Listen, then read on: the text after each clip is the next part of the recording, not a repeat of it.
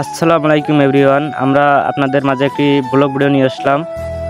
সকাল সকাল আমরা দুই ভাই বেরিয়ে গেলাম নীলফামারী টু কুড়িগ্রামের উদ্দেশ্যে। এই যে সামনে আমাদের তরুণীবাড়ি রেল স্টেশনটা আশপাশটা অনেক সুন্দর, অনেক গাছ আছে। এই যে আমরা ট্রেনে অপেক্ষা করতেছি সবাই। এই যে সেই পাপ্পনালা কাকা ট্রেনের অপেক্ষা করতে করতে সে মোবাইল নিয়ে বসে আছে।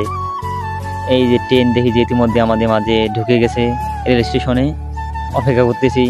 এই যে আমার ছোট ভাই অপেক্ষা দেখতেছে ট্রেনটা কত দূর। আমরাও একটু দেখলাম যে ট্রেনটা আমাদের কাছে আসতেছে আস্তে আস্তে। অবশেষে ট্রেনটা আমাদের কাছে চলে আসলো।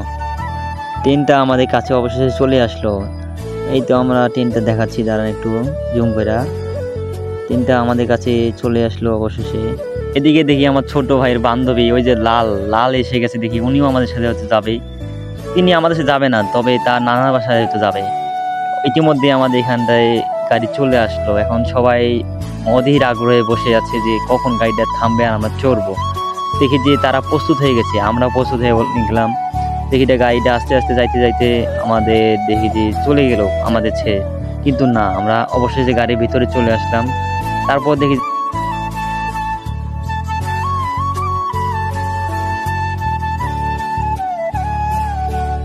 ইতিমধ্যে আমরা সৈয়দপুর রেল স্টেশন চলে আসলাম। এদিকে দেখি যে পাগলের ভালোবাসা দেখে আমরা। এদিকে দেখি একটা আপামনে একটা আন্টি ট্রেনে অপেক্ষায় বসে আছে। লোকটা কিন্তু সে ছিল।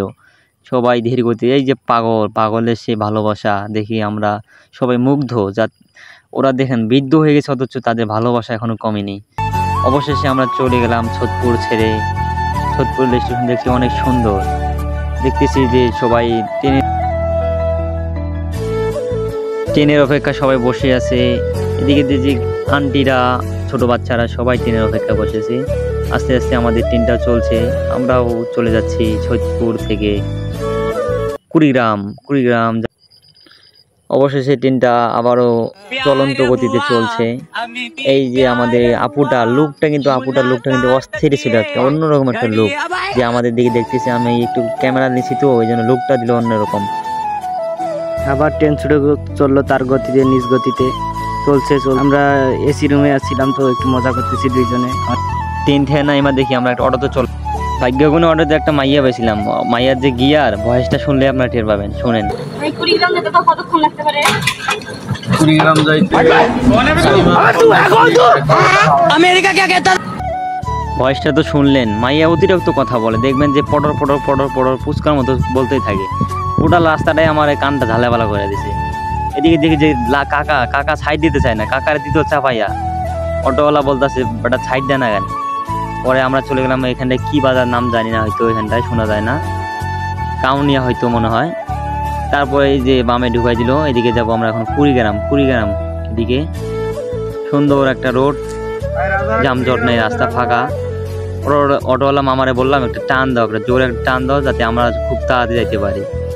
এদিকে দেখি যে অটোওয়ালা খুঁজতে আছে যাত্রী তো নাই এখানটায়। দেখবেন যে পিছনে মহিলা থাকলে যাত্রী অটোমেটিক দেখবেন নাই। তারপর অটোওয়ালা একটা জোরে টান দেওয়া, দেখি সামনে দুটো মাইয়া দেখে তো অটোওয়ালা বললো কি মানে হরেন দিতেছে। আমি বললাম মামা কানে রাখতেছে। দেখি যে রাস্তাটা অনেক সুন্দর, লোকজন কম, যানজট কম। আস্তে আস্তে আমাদের অটো চলছে। আমি বললাম মামা একটু জোরে যাও, আমাদের একটু তাড়া আছে। দেখি আরেকটা অটোরে ওভারটেক করে চলে যাইতেছে। অটো টান দিতেছে আমার কথা শুই না। দেখি যে সামনে একটা বড় একটা গাছ ফালাইছে, গাছটা একটু দেখাইলাম আপনাদের। রাস্তাটা অনেক মেবি সুন্দর। তারপরে অনেক সুন্দর একটা রাস্তা, এখানে জানি না নাম কি, হয়তো লালমনি হয়তো পার হয়ে একটু সামনে। রাস্তাটা আমার অনেক ভালো লাগছে অবশ্য। তারপরে আমরা চলে এলাম তিস্তা ব্রিজ। কুড়িগ্রামের সেই তিস্তা ব্রিজ, সামনে হয়তো তিস্তা ব্রিজটা আমরা দূর থেকে দেখাচ্ছি। একটু তাড়াতাড়ি যাই, মামারে বললাম তাড়াতাড়ি লও, তিস্তা ব্রিজ আছে সামনে। এই তো সেই তিস্তা ব্রিজ সামনে। আশপাশটা অনেক সুন্দর, গাছপালা লাগাইছে তো অনেক সুন্দর, মানে দেখতে অনেক ভালো লাগবে। যদি আপনারা এই দিক দিয়ে যান বা কেউ যারা গেছে তারা অবশ্যই জানবে যে রাস্তাটা কেমন। তারপরে মামারে বললাম ব্রিজ যেহেতু সামনে, তুমি একটু জোরে টানো, আমরা তাড়াতাড়ি যাই যাতে ব্রিজটা দেখতে পারি। এই যে তিস্তা ব্রিজ সেতু লেখা আছে এখানে, সাইনবোর্ড দিছে।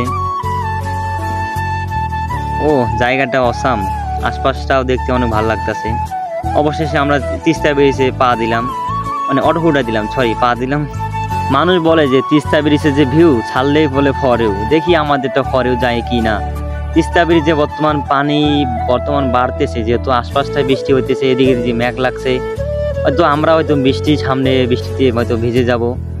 দেখি যে আশপাশটা অনেক সুন্দর, সাইডে দেখি যে রেললাইন সেতু আমাদের অনেক আগেই নামাই দিয়েছে, তার কারণে এদিকে ওই গাড়িটা ট্রেনটা বলে আসে না, এই জন্য আমরা এখন আমাদের অটোতে যাইতে হয়েছে।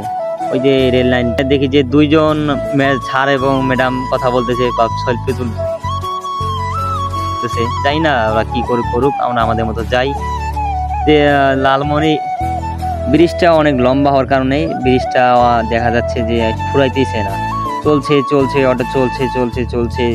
এদিকে দিয়ে যে মা পানি আসা ভাব, এই যে আকাশটা অনেক মেঘ করতেছে, ও মা এদিকে দেখি যে একটা সুন্দর একটা ব্রিজে উপরে বললাম কি, আর বৃষ্টি আমাদের এখানে আসলো কি, একটু যাইতে আমাদের বৃষ্টি ধরে ফেলালো।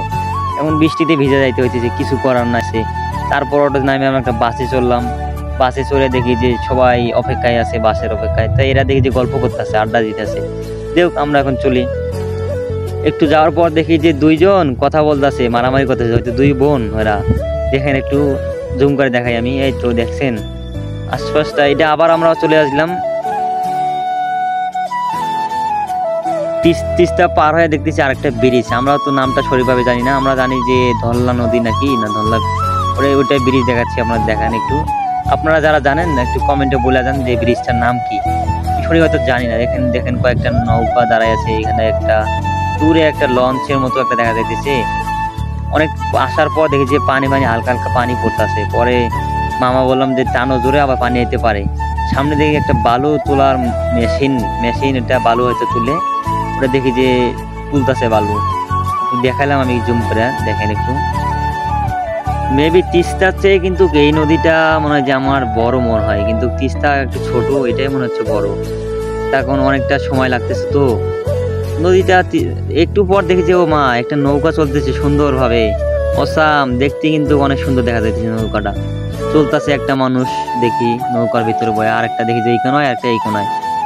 ব্রিজটা দেখি শেষ হয় না, আর চলতে